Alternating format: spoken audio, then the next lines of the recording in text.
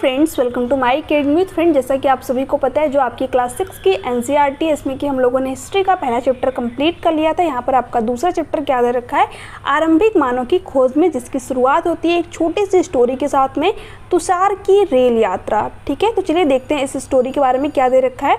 तुषार अपने एक रिश्तेदार की शादी में दिल्ली से चेन्नई जा रहा था। रेल में उसे खिड़की वाली सीट मिल गई, जहाँ से वह बाहर का नज़ारा देखने में मग्न हो गया। तेज़ दौड़ती गाड़ी में उसने देखा कि पेड़ पौधे, घर, खेत खलियान बड़ी तेज़ी से पीछे की ओर छूटते चले जा रहे थे। ठीक है, जैसे कि हम लोग भी अपने बचपन में यात्रा करते थे बस से या फिर ट्रेन से या फिर अपने किसी निजी साधन से, तो हमें भी यही लगता था कि जो पेड़ पौधे हैं, घर हैं, खेत खलियान हैं, वो पीछे की तरफ छूटते चले जा रहे हैं। बट जैसे जैसे हम बड़े होते गए, हमें पता चला कि हम आगे की तरफ जा रहे हैं, वो तो अपनी जगह पर ही हैं। ठीक है, तो इसी तरह तुषार को भी लगा कि जो खेत खलियान है, पेड़ पौधे हैं, घर हैं, ठीक है, वो पीछे की तरफ छूटते चले जा रहे हैं। तभी उसके चाचा ने उसके कंधे पर हाथ रखकर कहा, पता है, लोगों ने मात्र 150 साल पहले रेल से यात्रा करनी शुरू की थी, बस तो इसके कुछ दशक बाद आई। तुषार सोचने लगा कि जब लोगों के पास आने जाने के लिए तेज़ रफ्तार वाली सवारियां नहीं थी, तो क्या वो यात्रा ही नहीं करते थे? क्या वो अपनी सारी ज़िंदगी एक ही जगह पर बिता दिया करते थे? नहीं, ऐसी बात नहीं थी। जैसा कि हम लोगों ने पहले अध्याय में जो है ये चीज़ें पढ़ी थी कि जो आरंभिक लोग थे वो एक जगह से दूसरे जगह तक यात्राएं करते थे। क्यों करते थे? कभी भोजन की तलाश में, तो कभी प्राकृतिक आपदाओं से बचने के लिए, ठीक है, कभी काम की तलाश में एक जगह से दूसरी जगह तक वो जाया करते थे। ठीक है, आगे क्या दे रखा है, आरंभिक मानव आखिर वे इधर उधर क्यों घूमते थे? हम उन लोगों के बारे में जानते हैं जो इस उपमहाद्वीप में 20 लाख साल पहले रहा करते थे। आज हम उन्हें आर्किटेक्ट के बारे में जो है हम लोगों ने पहले चैप्टर में पढ़ा था। इसका मतलब क्या होता है? शिकारी। ठीक है, साथ ही साथ संग्राहक का मतलब क्या होता है? जो चीज़ों को इकट्ठा करते। तो आर्किटेक्ट खाद्य संग्राहक के नाम से जानते हैं। भोजन का इंतजाम करने की विधि के आधार पर उन्हें इस नाम से पुकारा जाता है। तो यहाँ से आपके एग्जाम में डायरेक्ट क्वेश्चन बना हुआ है कि भोजन का इंतजाम करने की विधि के आधार पर पुकारे जाने वाले लोगों को क्या कहा जाता है? तो क्या कहा जाता है? आर्किटेक्ट खाद्य संग्राहक। इस पॉइंट को आप नोट डाउन कर लीजिएगा अपनी नोटबुक में। ठीक है, आमतौर पर खाने के लिए वे जंगली जानवरों का शिकार करते थे। अब देखिए, इंसान कहीं पर भी रहे, उसको भूख तो लगेगी। ठीक है, तो वो लोग जंगल में रह रहे हैं, तो वो लोग जो जंगल में चीज़ें उपलब्ध होती थी उसको खाया करते थे। जैसे कि जो जंगली जानवर हो गए, ठीक है, मछलियाँ और चिड़ियाँ पकड़ते थे, फल मूल, दाने, पौधे, पत्तियाँ, अंडे इकट्ठा किया करते थे। हमारे उपमहाद्वीप जैसे गर्म देशों में पेड़ पौधों की अनगिनत प्रजातियां मिलती हैं, इसलिए पेड़ पौधों से मिलने वाले खाद्य पदार्थ भोजन के अत्यंत महत्वपूर्ण स्रोत थे। ठीक है, आगे देखते हैं हम लोग यहाँ पर। लेकिन यह सब कर पाना बिल्कुल आसान नहीं था। ऐसे कई जानवर हैं जो हमसे ज़्यादा तेज़ भाग सकते हैं और बहुत से जानवर हमसे ज़्यादा ताकतवर भी होते हैं। जानवरों के शिकार, चिड़ियाँ या मछलियाँ पकड़ने के लिए बड़ा सतर्क, जागरूक और तेज़ होना पड़ता था। अब देखिए, जैसे कि आपने देखा ही होगा कि जैसे ही आप चिड़िया के पास जाते हैं, चिड़िया तुरंत ही उड़ जाती है। ठीक है, तो इसके लिए क्या होना पड़ता था? आरंभिक लोगों को बहुत सतर्क होना पड़ता था। ठीक है, इसके अलावा देखिए, जो पेड़ पौधे हुआ करते थे, अब कुछ पेड़ पौधों को तो हम लोग खा सकते हैं, बट कुछ पेड़ पौधे क्या होते हैं? जहरीले भी होते हैं। ठीक है, तो उनके बारे में भी जानकारी होना जरूरी है। ठीक है, ये वही यहाँ पर दे रखा है कि पेड़ पौधे से खाना जुटाने के लिए यह जानना जरूरी होता था कि कौन से पेड़ पौधे खाने योग्य होते हैं, क्योंकि कई तरह के पौधे विषैले भी होते हैं। साथ ही फलों के पकने के समय की जानकारी भी जरूरी होती है। आगे क्या है, आर्किटेक्ट खाद्य संग्राहक समुदाय के लोगों के एक जगह से दूसरी जगह पर घूमते रहने के पीछे कम से कम 4 कारण हो सकते हैं। यहाँ से आपके एग्जाम में डायरेक्ट क्वेश्चन पूछे जाते हैं, तो इम्पॉर्टेंट पॉइंट है, नोट डाउन कर लीजिएगा ये जो कारण दे रखे हैं। ठीक है, पहला कारण क्या था? यह कि अगर वो एक ही जगह पर ज़्यादा दिनों तक रहते तो आसपास के पौधों, फलों और जानवरों को खाकर समाप्त कर देते थे, इसलिए और भोजन की तलाश में इन्हें दूसरी जगहों पर जाना पड़ता था। तो पहला कारण क्या था कि वो जहाँ पर रहते थे वहाँ की चीज़ों को खा करके समाप्त कर देते थे, इसलिए भोजन की तलाश में उन्हें एक स्थान से दूसरे स्थान तक जाना पड़ता था। ठीक है, आगे क्या है, दूसरा कारण यह कि जानवर अपने शिकार के लिए या फिर हिरण और मवेशी अपना चारा ढूंढने के लिए एक जगह से दूसरी जगह जाया करते हैं, इसलिए इन जानवरों का शिकार करने वाले लोग भी इनके पीछे पीछे जाया करते होंगे। यानी जो जानवर होते थे वो भी अपना शिकार ढूंढने के लिए जाते थे और इन्हीं जानवरों के पीछे जो है ये लोग भी जाया करते थे। ठीक है, आगे क्या है, तीसरा कारण यह कि पेड़ों और पौधों में फल फूल अलग अलग मौसम में आते हैं। आप सभी को पता है कि कुछ पौधे जो है सीजनल होते हैं, उनमें जो है फल और फूल जो है सीजन के हिसाब से ही आते हैं, इसलिए लोग उनकी तलाश में उपयुक्त मौसम के अनुसार अन्य इलाकों में घूमते होंगे। ठीक है, आगे है चौथा कारण। और चौथा कारण यह कि पानी के बिना किसी भी प्राणी या पेड़ पौधों का जीवित रहना संभव नहीं होता है और पानी झीलों, झरनों तथा नदियों में ही मिलता है। यद्यपि कई नदियां और झीलों का पानी कभी नहीं सूखता, कुछ झीलों और नदियों में पानी बारिश के बाद ही मिल पाता है, इसलिए ऐसी झीलों और नदियों के किनारे बसे लोगों को सूखे मौसम में पानी की तलाश में इधर उधर जाना पड़ता होगा। तो चौथा कारण क्या था कि पानी की तलाश में जो है एक जगह से दूसरी जगह पर ये लोग जाया करते थे। ठीक है, इसके अलावा लोग अपने नाते रिश्तेदार या मित्रों से मिलने भी जाया करते होंगे।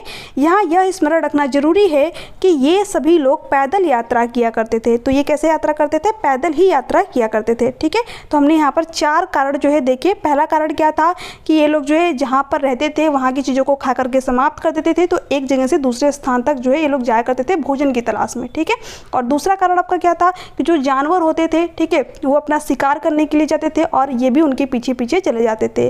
तीसरा कारण हम लोगों ने देखा कि जैसे कुछ फल फूल होते हैं वो सीजनल होते हैं, मौसम के अनुसार ही आते हैं। ठीक है, तो उसके लिए भी ये लोग दूसरे जगह पर जाते थे। ठीक है, और चौथा कारण हम लोगों ने देखा है कि इन्होंने पानी की तलाश में जो है एक जगह से दूसरी जगह पर जाना पड़ता था। ठीक है, आगे देखते हैं आरंभिक मानव के बारे में जानकारी कैसे मिलती है। पुरातत्वविद के बारे में जो है हम लोगों ने चैप्टर 1 में पढ़ा था। किसे कहते हैं? जो अतीत की चीज़ें थी उसके बारे में हमें बताते हैं। ठीक है, तो पुरातत्वविदों को कुछ ऐसी वस्तुएं मिली जिनका निर्माण और उपयोग आखिर तक खाद्य संग्रह किया करते थे। यह संभव है कि लोगों ने अपने, देखते हैं यहाँ पर, काम के लिए पत्थरों, लकड़ियों और हड्डियों के औजार बनाए हो। इनमें से पत्थरों के औजार आज भी बचे हैं। ठीक है, तो ये सबसे जो है प्राचीनतम आपका औजार था जो कि आरंभिक लोगों के द्वारा बनाया गया था। ये पत्थरों से बने प्राचीनतम औजार है जो ये वाला आप देख रहे हैं यहाँ पर। ठीक है, इन्हें कई हजार साल बाद बनाया गया, तो जो इनका साइज है वो धीरे धीरे करके छोटा होता गया। इन्हें और बाद में बनाया गया जो ये वाला आप देख रहे हैं। ठीक है, और इन्हें जो है लगभग 10,000 साल पहले बनाया गया था। ठीक है, और जो यहाँ पर देख रखा है वो क्या है? गुटिकाएं हैं, प्राकृतिक जो है पत्थर हैं। आगे क्या है? अब इनसे होता क्या था, इनका उपयोग कहाँ पर करते थे आरंभिक लोग? इनमें से कुछ औजार का उपयोग फल फूल काटने, हड्डियों और मांस काटने तथा पेड़ों की छाल और जानवरों की खाल उतारने के लिए किया जाता था। कुछ के साथ हड्डियों या लकड़ियों के मट्टे लगाकर भाले और बाड़ जैसे हथियार बनाए जाते थे। कुछ औजार से लकड़ियां काटी जाती थी। लकड़ियों का उपयोग ईंधन के साथ साथ झोपड़ियों और औजार बनाने के लिए भी किया जाता था। ठीक, क्या दे रखा है? पत्थरों के औजार का उपयोग बाएं इंसान के खाने योग्य जड़ों को खोदने के लिए किया जाता था। अब देखिए, जो पौधे होते थे उनकी जड़ों में भी कुछ खाने की चीज़ें होती थी, तो इन पत्थरों से जो है इंसान जड़ों को खोदता था और जो उनमें खाने वाली चीज़ें थी उसको वो लोग खाते थे। ठीक है, और उसके बाद में देखिए दाएं, जानवरों की खाल से बने वस्त्रों को सिलने के लिए किया था। तो जो पत्थर होते थे इनका ये लोग सुई की तरह इस्तेमाल करते थे। जो जानवरों की खाल होती थी उनसे ये लोग अपना वस्त्र बनाते थे। ठीक है, आगे है की जगह निर्धारित करना। मानचित्र 2 को देखो। लाल त्रिकोण वाले स्थान वे पुरास्थल है जहां पर आखिर तक खाद्य संग्रह के होने के प्रमाण मिले। तो इंपॉर्टेंट पॉइंट है, डायरेक्ट आपके एग्जाम में क्वेश्चन बना हुआ है कि आखिर तक खाद्य संग्राहकों के रहने के प्रमाण कहां पर मिले हैं। ठीक है, इनके अलावा भी और कई स्थानों पर आखिर तक खाद्य संग्राहक रहते थे।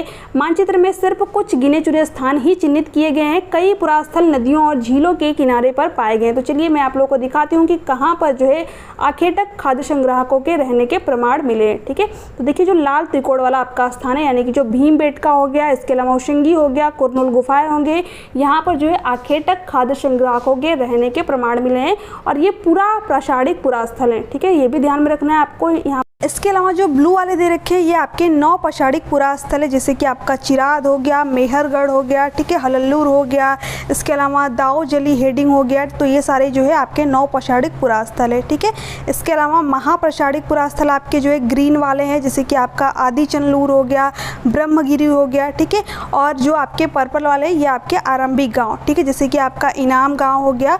और आधुनिक नगर जो है जो आपका स्टार दे रखा है, जैसे कि मुंबई, कोलकाता। ठीक है, तो ये सारे पॉइंट आपको ध्यान में रखने हैं।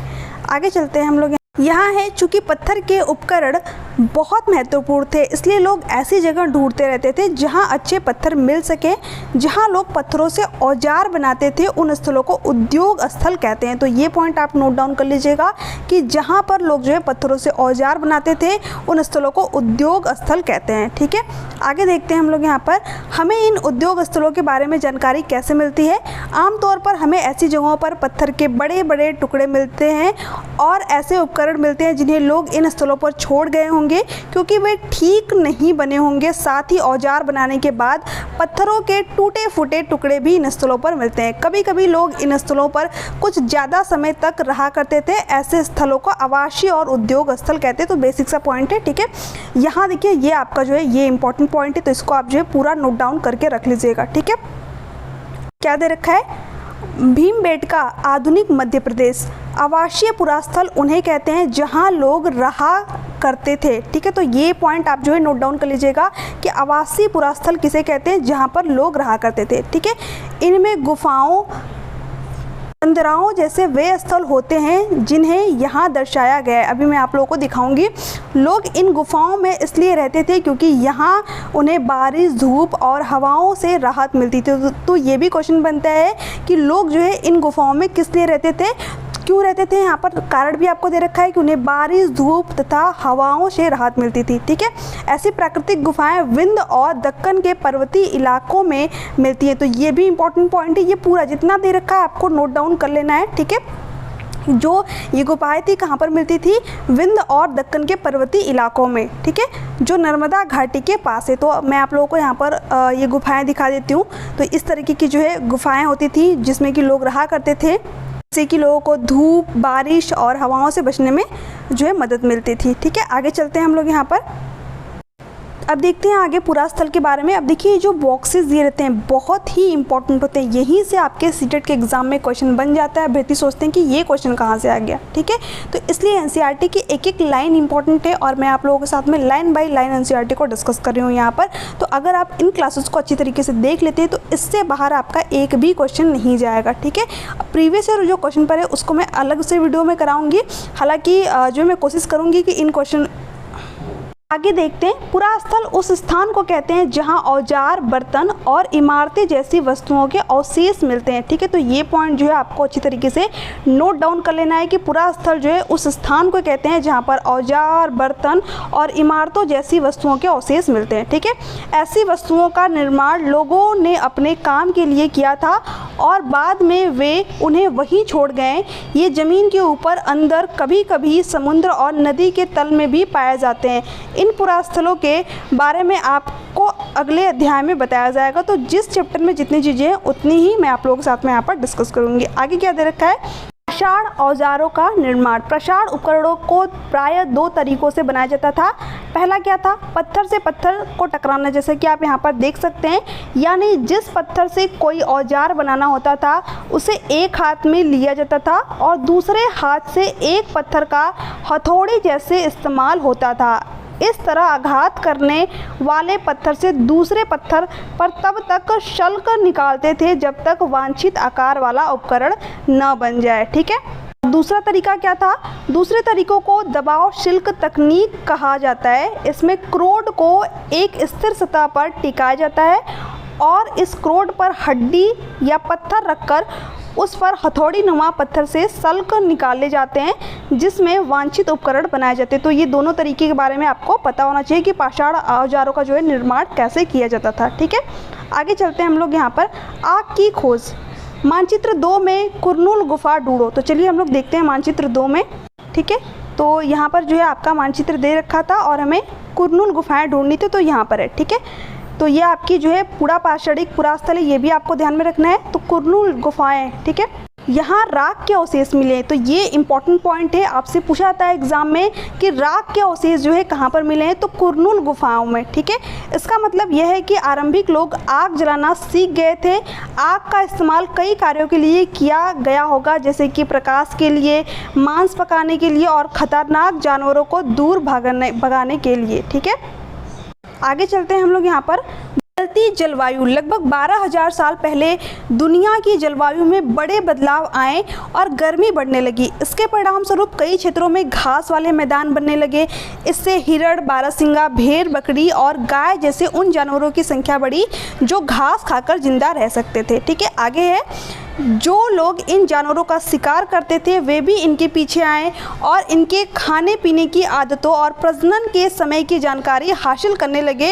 हो सकता है कि तब लोग इन जानवरों को पकड़कर अपनी ज़रूरत के अनुसार पालने की बात सोचने लगे। साथ ही इस काल में मछली भी भोजन का महत्वपूर्ण स्रोत बन गई। ठीक है, तो इस तरीके से जो है लोगों ने जानवरों को पालना सीखा। उसके बाद में इसी दौरान उपमहाद्वीप के भिन्न भिन्न इलाकों में गेहूं, जौ और धान जैसे अनाज प्राकृतिक रूप से उगने लगे थे।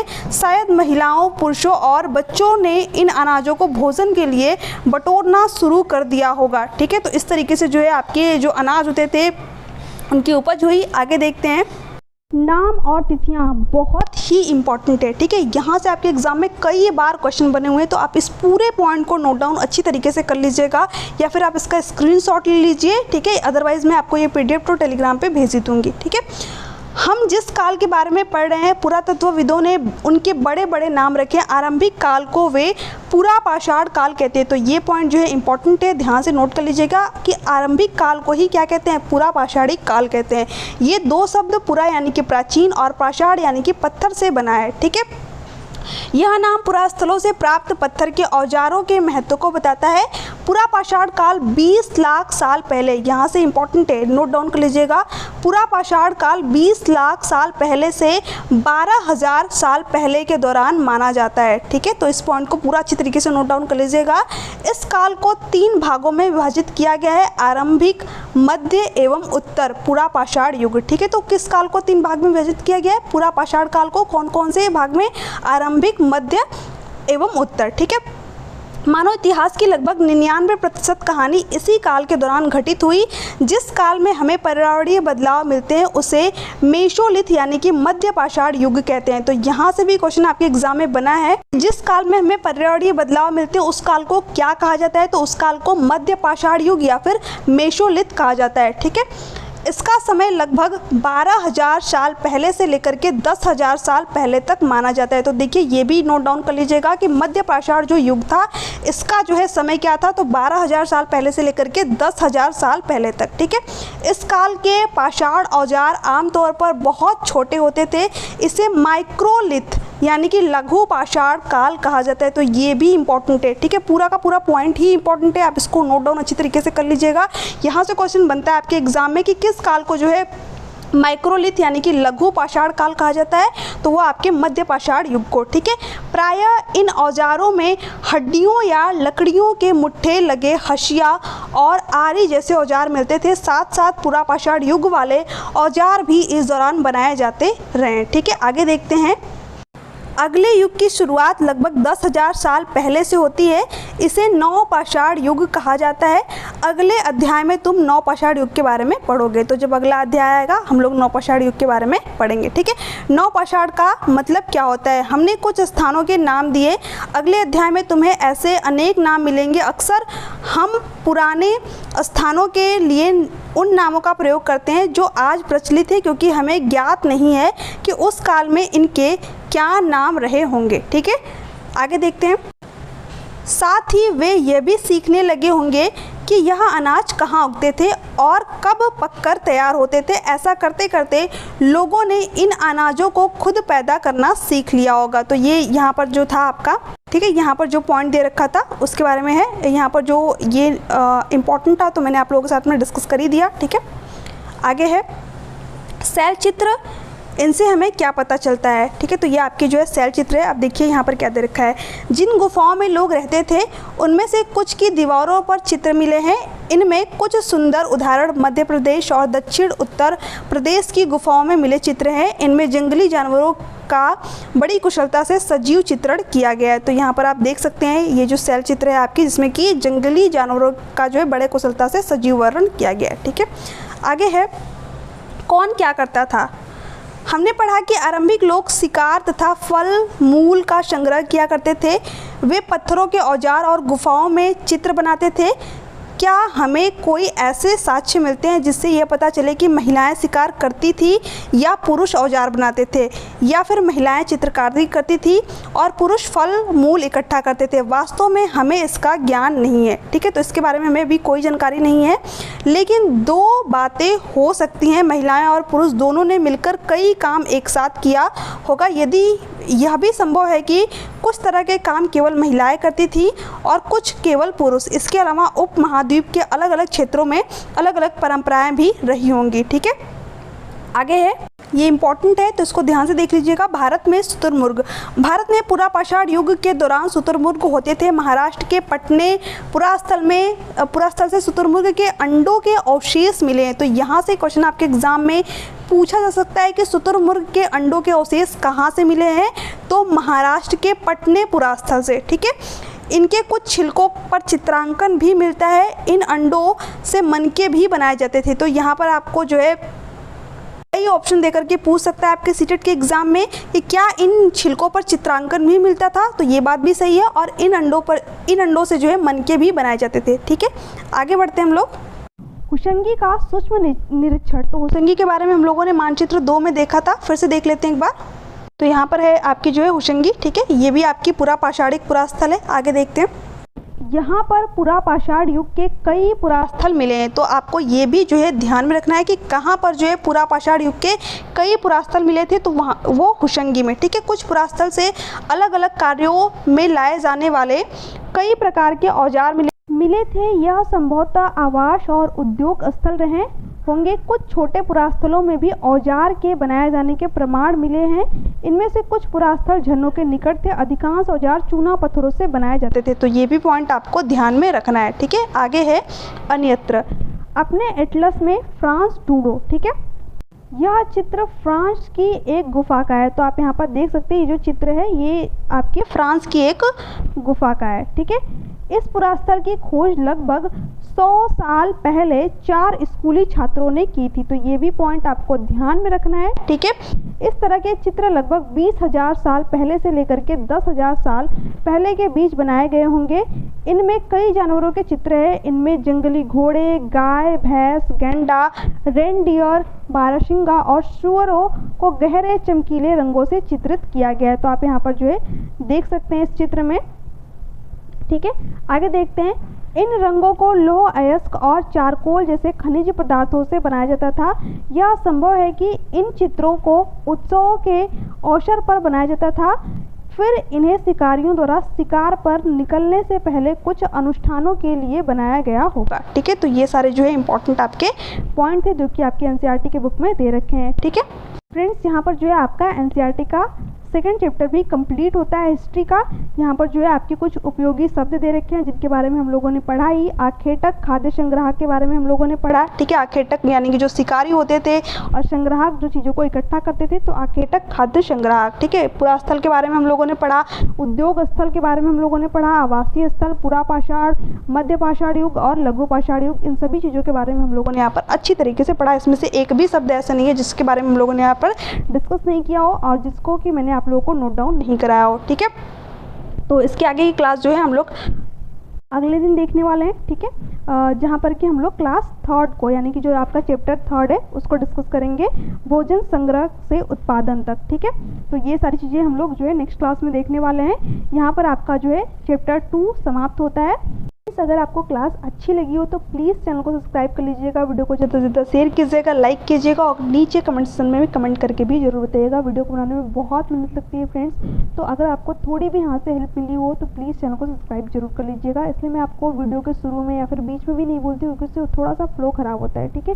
इसके अलावा अगर PDF की बात करें तो PDF आप लोगों को डेली मैं टेलीग्राम चैनल पर प्रोवाइड करा देती हूँ, ठीक है। तो एक बार इन क्लासेस को देखिए और एक बार जो है खुद से आप रिविजन कर लीजिए, अदरवाइज मैंने यहाँ पर सारी चीज़ें आपको कवर कराई दी है, ठीक है।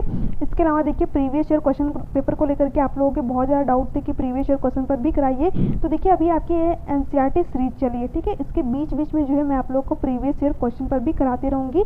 अलग से जो है उसकी जो है एक अलग से मैं क्लास लूँगी जिसमें सिर्फ प्रीवियस ईयर क्वेश्चन पर ही होंगे आपके, जो कि इन टॉपिकों से रिलेट करके आपके एग्जाम में पूछे गए हैं। ठीक है, तो उसके लिए आप लोग परेशान ना होइए, मैं आपके प्रीवियस ईयर क्वेश्चन पर भी कराऊंगी। ठीक है, तो चलिए मिलते हैं नेक्स्ट क्लास में, तब तक के लिए बाय बाय, टेक केयर। इसके अलावा आपकी कोई भी डाउट हो, कोई भी क्यूरी हो तो आप नीचे कमेंट सेक्शन में कमेंट करके पूछ सकते हैं। Thanks for watching, thank you so much.